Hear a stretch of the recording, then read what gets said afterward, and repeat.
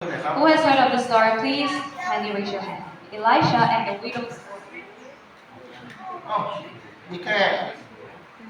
3-4 คนเองนะครับ I see just a few hands. แล้วที่เหลือที่ไม่ยกมือหมายความว่ายังไงครับผม And the rest of you did not raise your hand. What does that mean? หรือว่าเราลืมไปแล้ว Or we have heard of it, but maybe we have forgotten about the story. เอาใหม่นะครับถ้าใครที่เคยได้ยินแล้วยกมือหน่อยครับ One more time, who has heard of the story before, please raise your hand. 1 2 3 4 5 6 7 8 9 10 คนนะครับ Around 10 of you. สงสัยว่าผมต้องเล่าเรื่องนี้ให้กับเราฟังใหม่นะครับ So if that's the case, maybe I have to tell the whole story again. ในผมจะเล่าคร่าวๆกับเราให้ฟังนะครับ So roughly, the story goes like this. มีผู้หญิงคนหนึ่ง There is a woman. มีลูกอยู่2 คนด้วยกัน She has 2 children. และผู้หญิงคนนี้เป็นภรรยาผู้รับใช้ And she is the wife of a servant of God. แล้ววันหนึ่งสามีได้เกิดเสียชีวิตไป One day something unfortunate happened to her husband and he passed away. แล้วสามีก็มีหนี้สินให้กับครอบครัว And his husband, he still has debts that are unpaid. และสุดท้ายเจ้าหนี้ก็มาเพื่อจะเอาลูกทั้ง 2ไปเพื่อจะเป็นค่าจ่ายหนี้ And so now the creditor came and took 2 of her sons to, in place of the money that he has to pay or the debt, to pay off the debt. แล้วผู้หญิงคนนี้ไม่มีทางออกเลยไปหาเอลิชาเพื่อขอคำแนะนำ And this woman, she has no way out, so she went to Elisha to ask for his advice. และสุดท้ายเอลิชาก็บอกว่าก็ถามเธอว่าเธอมีอะไรอยู่ในบ้านบ้าง So Elisha asked her, what do you have in your house? ซึ่งในตอนนั้นมีแค่น้ำมันอยู่1 ขวดเท่านั้น During that time, she has nothing else except for a jar of oil. แล้วสุดท้ายเอลิชาก็บอกว่าให้เขาไปยืมขวดต่างๆที่ว่างเปล่ามาเพื่อจะเอามา And Elisha told her to go to your neighbors or go to anyone you know and borrow some empty vessels from them. แล้วหลังจากนั้นเนี่ยให้ปิดประตูบ้านขังตัวเองและให้เทขวดน้ำมันนี้ไว้ในบรรจุภัณฑ์ที่ได้ยืมมา After that, she is told to close the door of her house and she would pour the oil into all these empty vessels that she has. และเมื่อทำเสร็จแล้วให้กลับมาเอลิชาอีกรอบ And after she has done that, she will go back to Elisha. และเอลิชาจะให้คำตอบให้เธออีกทีหนึ่ง And Elisha will give her a reply as to what to do next. ตอนนี้คือเรื่องราวที่มันเกิดขึ้น So this was what happened. เพราะฉะนั้นเรามาดูว่าในเรื่องราวนี้มันมีอะไรบ้างที่จะสอนให้กับเราในชีวิตประจำวันของเรา So let's look at what we can learn from this story and apply it into our daily lives. ตั้งแต่ข้อที่1เป็นต้นไปในข้อที่1และข้อที่2เป็นการสนทนาระหว่างผู้หญิงม่ายคนนี้กับเอลิชา In verses 1 and 2, it is a conversation between the widow and Elisha. เหมือนในเรื่องที่ผมได้เล่าไปว่าผู้หญิงคนนี้ได้มาหาเอลิชาและถามว่าเขาควรจะทำยังไงดี As I said earlier, that this widow, she came to Elisha and asked him, what should I do? และในขณะนั้นเอลิชาก็ได้ให้คำตอบไปเหมือนที่ผมได้เล่าให้ฟัง And Elisha gave her a reply. ซึ่งใจความสำคัญในนี้ในข้อที่1ก็คือการเป็นหนี้ So what's the important thing here that we should know is first is we have a debt. ซึ่งการเป็นหนี้สินผู้หญิงคนนี้ขายของหมดทุกอย่างยกเว้น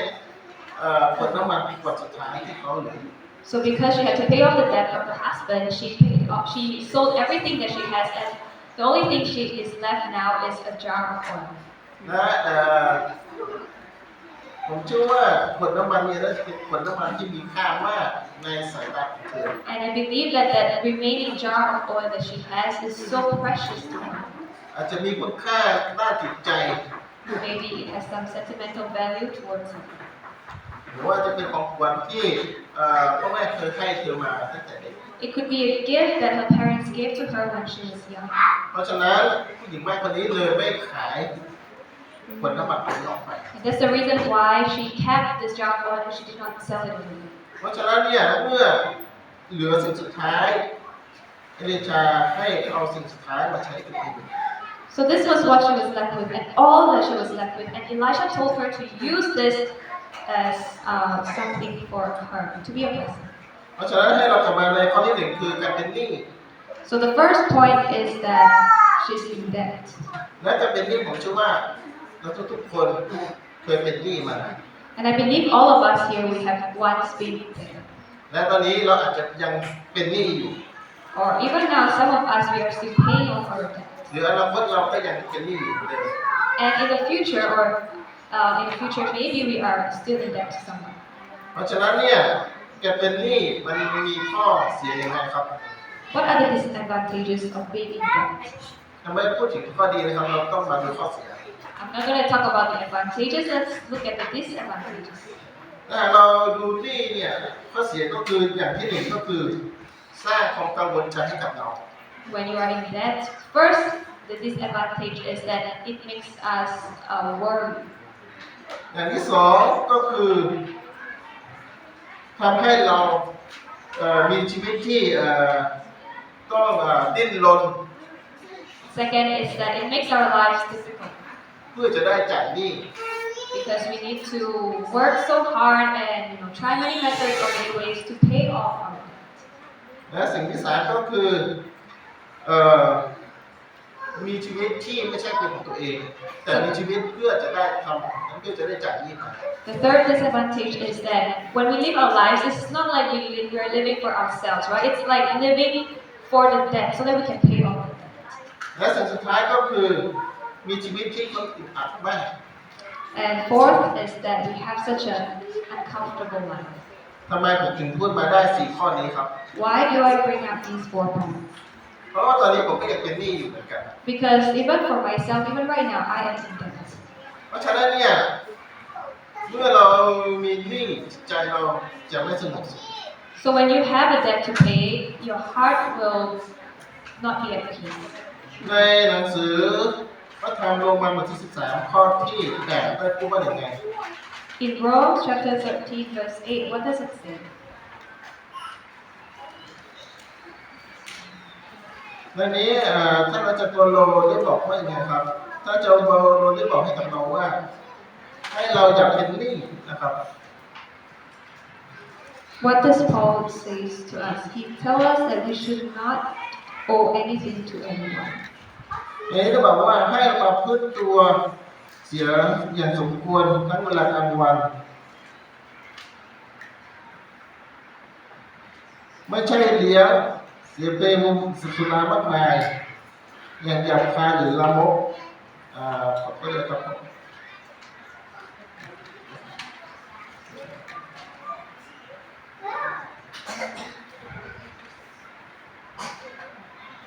ในนี้ได้บอกว่าอย่าเป็นหนี้อะไรใครเลยนอกจากซึ่งรักซึ่งกันและกันเท่านั้นเพราะว่าผู้ที่รักคนอื่นก็จะได้ปฏิบัติตามบัญญัติอย่างครบถ้วนแล้วนะครับ It says, owe no one anything except to love each other, for the one who loves one another has fulfilled the law. เพราะฉะนั้นเนี่ยท่านอาจารย์เปาโลไม่แนะนำให้เราเป็นหนี้เป็นสิน Paul advised us that we should not owe anything to anyone, แต่ว่าให้เราเป็นหนี้ในด้านความรัก but we should owe another person love. เพราะฉะนั้นเนี่ยเมื่อเราเป็นหนี้ในด้านความรักเราจะต้องจ่ายคืนด้วยความรักให้กับเขา So if we owe someone love, what we have to pay back to them is love. อย่างเช่นเราติดหนี้ความรักเพื่อว่าเขาช่วยเหลือเราเราก็ควรจะให้ความช่วยเหลือเขา For example, we owe someone love. How? Maybe they helped us in a certain way, but we have to give back. We have to help them back.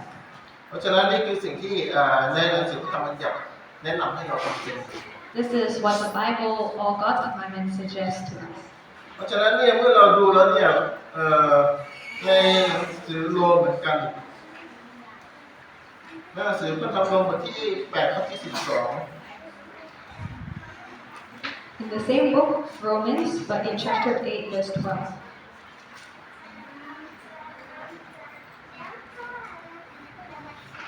นี่ได้บอกว่าเพราะฉะนั้นพี่น้องทั้งหลายเราเป็นหนี้แต่ไม่ใช่หนี้ฝ่ายเนื้อหนังแต่ที่ดำเนินชีวิตฝ่ายเนื้อหนัง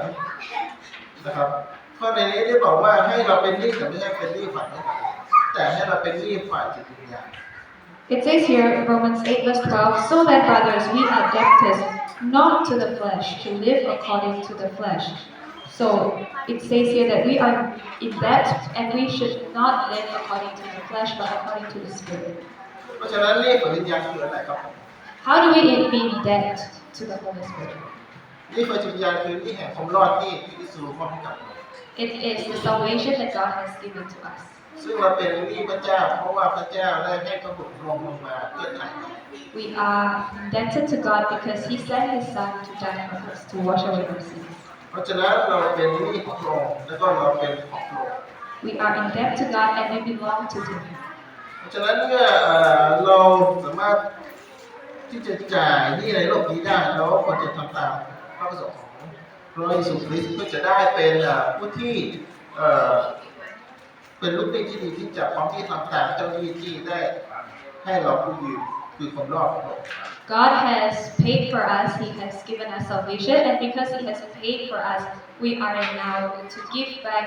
what we have or who we are. We are now God's and we belong to Him. เพราะฉะนั้นนี่คือสิ่งแรกก็คือการเป็นหนี้แต่ว่าในชีวิตของปัจจุบันเราเป็นหนี้ของพระเยซูคริสต์และเราเป็นลูกของพระองค์ This is the first lesson in debted.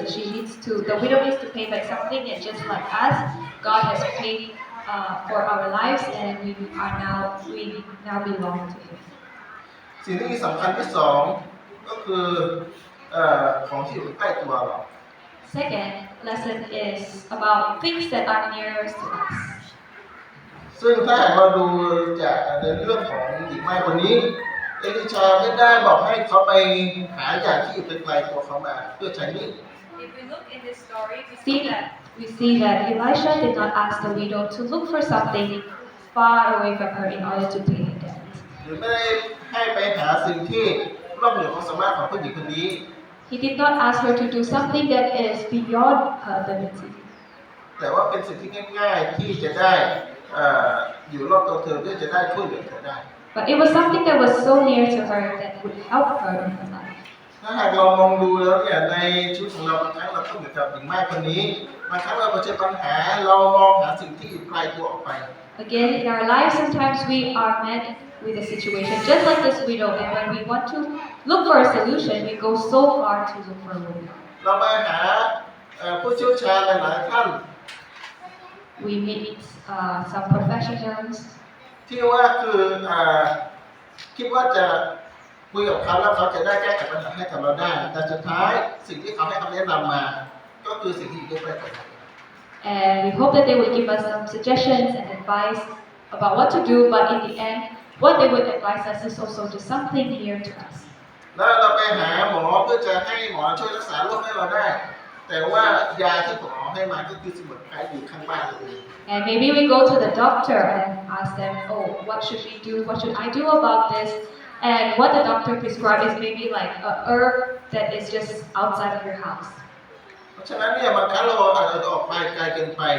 เราลืมที่จะมองใกล้ๆ So sometimes we go out too far, we forgot to just look at things that are near to us. และพระคัมภีร์พระเจ้าได้ใช้สิ่งที่ใกล้ๆมาสอนให้กับเรา In the Bible, when God or when Jesus teaches something, He uses things that are so close, so near to us. ในขณะที่พระเยซูอยู่ในเนินเขาอยู่ในทุ่งหญ้าพระเยซูได้ใช้สิ่งที่อยู่รอบๆตัวพระองค์มาสอนให้กับคนที่เข้ามาฟัง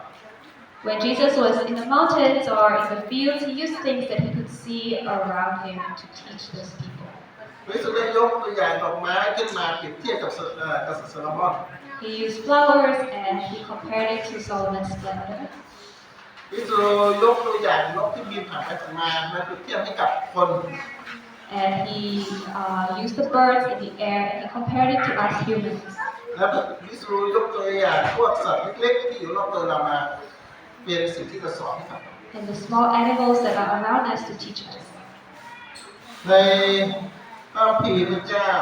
ให้โซโลมอนได้เอาสิ่งที่เล็กที่สุดได้มากที่สุดมาสอนให้กับเรา And in the Bible, God impressed upon Solomon to use the smallest thing to teach us. นั่นก็คือมด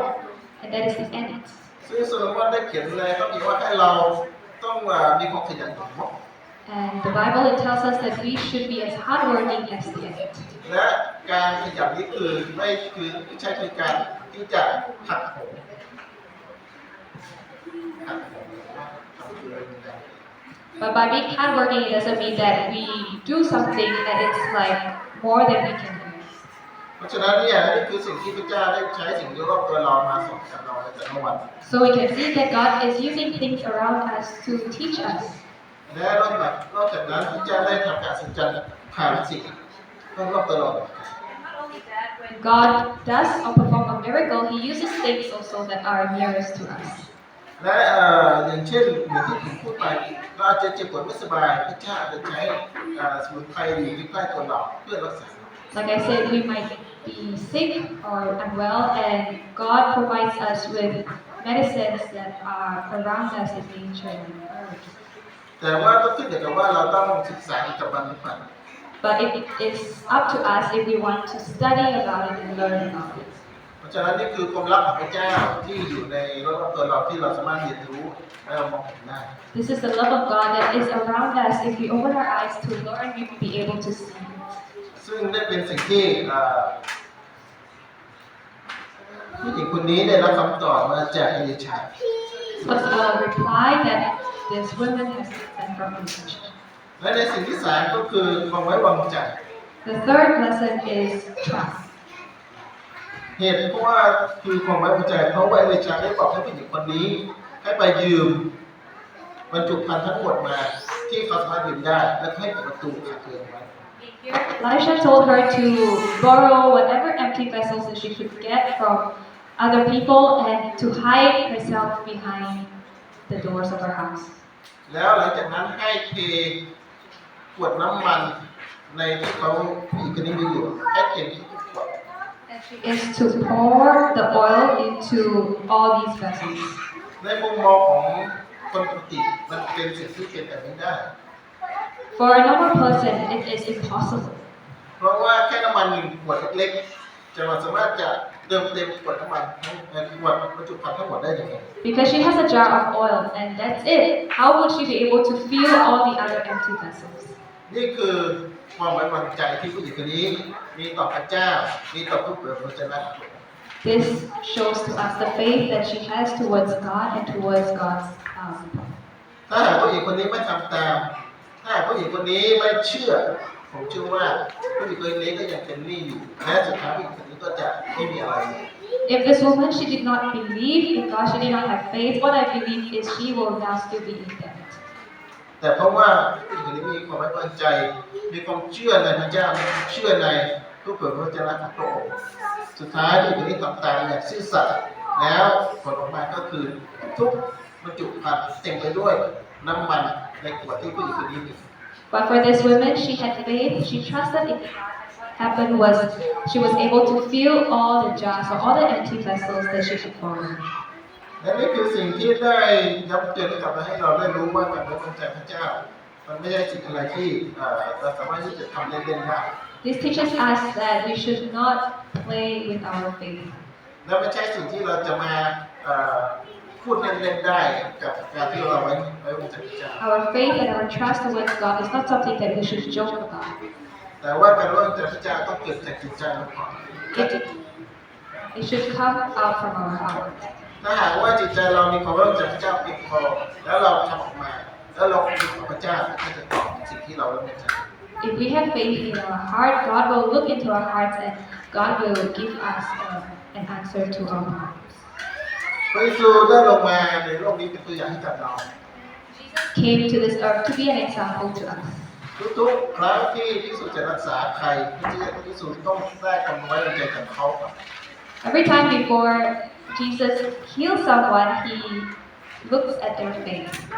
ทุกครั้งที่พิสูจน์จะทำอัศจรรย์อะไรพิสูจน์ต้องดูความเชื่อของ